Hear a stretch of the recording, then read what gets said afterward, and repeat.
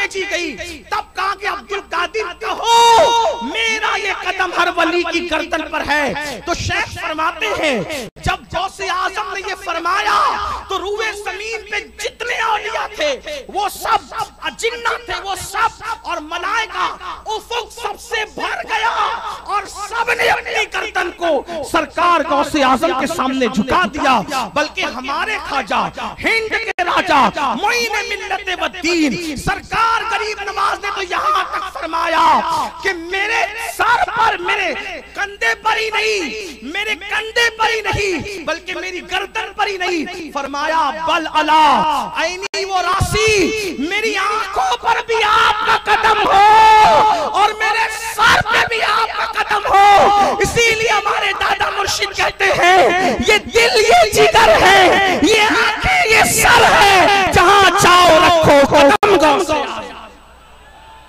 سب نے گردن جھکائی۔ یہ شان غوث پاک کی آخری بات، اختتامی بات، جب اللہ کے رسول کی جلوہ گری ہوئی اس وقت بیت المقدس، اس وقت بیت المقدس یہودیوں کے قبضے میں تھا، اور سایہ مصطفیٰ غوث اعظم کی ولادت ہوئی تو اس وقت بیت المقدس عیسائیوں کے قبضے میں تھا۔ بیت المقدس کا فاتح جس نے تیار کیا پہلی مرتبہ، اس فاتح کو عمر ابن خطاب کہتے ہیں، اور ان کو تیار کرنے والی ذات محمد الرسول اللہ کی ذات۔ اس اعتبار سے یوں سمجھ لیں کہ پہلی مرتبہ فاتح بیت المقدس جو ہوا وہ رسول اللہ کے مرید، حضور کے صحابی عمر ابن خطاب تھے، وہی فاتح ہیں، پہلے فاتح وہی ہیں۔ اگر کسی کو چڑ لگے تو معاف کرنا، کیوں؟ اس لیے کہ یہودیوں نے کہا تھا جب چابی لینے کے لیے گئے، حضرت ابو عبیدہ ابن الجراح امین الامہ، ابو عبیدہ ابن الجراح اور خالد ابن ولید جب یہ لوگ چابی لینے کے لیے گئے تو اس وقت یہودیوں کا جو مذہبی رہنما تھا وہ دیوار پہ کھڑا ہوا، اتنا بڈھا ہو چکا تھا کہ وہ اس کی چمڑیاں لٹکتی تھی۔ اس نے آنکھ اٹھا کر کے دیکھا اور دیکھ کر کے کہا کون آیا ہے چابی لینے؟ کہا ابو عبیدہ ابن الجراح، خالد ابن ولید۔ کہا تیرا حلیہ تو وہ نہیں، تو مسلمانوں کا امیر ہے۔ تو لوگوں نے سمجھا کہ لشکر کا امیر، توجہ کرنا، لشکر کا امیر۔ تو لوگوں نے کہا یہی ہمارے امیر ہیں۔ فرمایا چابی نہیں دیں گے۔ کیوں نہیں دیں گے؟ کہا ہماری کتاب میں جو حلیہ لکھا ہے وہ حلیہ الگ ہے، اور تیرا جو حلیہ ہے وہ حلیہ۔ ویڈیو اگر اچھا لگا ہو تو لائک کر کے آگے شیئر ضرور کر دینا۔ اللہ رب العزت اس کا صلہ، اس کا ثواب آپ کو ضرور عطا فرمائے گا، اور اپنے دوستوں سے اس چینل کو ضرور سبسکرائب کرائیے گا تاکہ وہ لوگ بھی جو ہے دینی معلومات حاصل کر سکیں۔ اللہ حافظ۔ السلام علیکم ورحمۃ اللہ تعالی وبرکاتہ۔